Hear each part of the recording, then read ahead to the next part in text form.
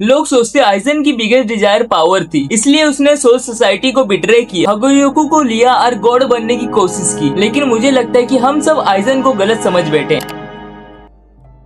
Power उसका गोल नहीं था, पावर उसका सोल्यूशन था। सोल्यूशन एक प्रॉब्लम का, प्रॉब्लम एक ऐसा प्रॉब्लम जो उसके पास बचपन से था। एक सेकंड के लिए सोचो, अगर तुम रूम के सबसे इंटेलिजेंस इंसान हो, सबसे टैलेंटेड हो, सबसे पावरफुल हो, तो क्या होगा? लोग तुम्हारी रिस्पेक्ट करेंगे, लोग तुमसे डरेंगे, तुम्हारी तारीफ करेंगे, लेकिन क्या कोई तुम्हें समझ पाएगा?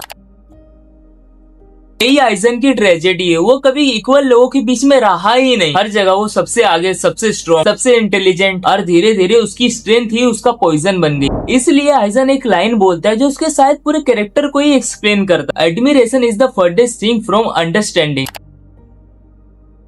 ध्यान से समझो, आइजन ये नहीं कह रहा कि मुझे एडमायर मत करो, वो कह रहा है एडमायर करना समझना नहीं होता। लोग उसकी पावर देखते थे, उसका कॉन्फिडेंस देखते थे, उसकी एरोगेंस देखते थे, लेकिन किसी ने उसका लोनलीनेस नहीं देखा। इसीलिए उसका किसुरो उराहारा के साथ कॉन्फ्लिक्ट सिर्फ आइडियोलॉजी नहीं था, वो एक्सिस्टेंस का कॉन्फ्लिक्ट था। आइजन बिलीव करता था कि नेचुरली कोई उसके लेवल तक पहुंच ही नहीं पाएगा, और शायद इसी बात पे वो सबसे ज्यादा नफरत करता था।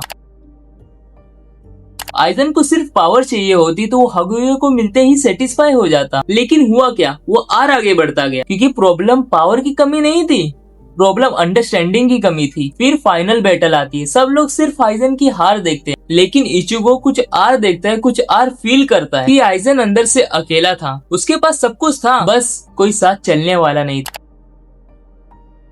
इसीलिए इचिगो आइजन पर गुस्सा कम करता है, उसे समझने की कोशिश आर करता है, क्योंकि पहली बार किसी ने उसके पावर के पीछे छुपा हुआ एक इंसान दिखा। 1000 ईयर ब्लड वॉर में भी आइजन बदला नहीं, वो अब भी सबसे इंटेलिजेंट था, सबसे डेंजरस था, लेकिन अब उसे प्रूव करने की जरूरत नहीं थी, क्योंकि उसका असली कॉन्फ्लिक्ट कभी सोल सोसाइटी के साथ था ही नहीं, वो कॉन्फ्लिक्ट था अपनी लोनलीनेस के साथ।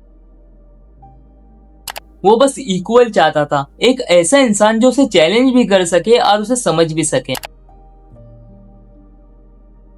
आइजन कभी पावर के पीछे भाग नहीं रहा था, वो उस चीज के पीछे भाग रहा था जो पावर कभी दे ही नहीं सकती, अंडरस्टैंडिंग। अगर पूरी दुनिया तुम्हारी रिस्पेक्ट करे लेकिन एक भी इंसान तुम्हें समझ ना पाए, क्या तुम सच में पावरफुल होगे?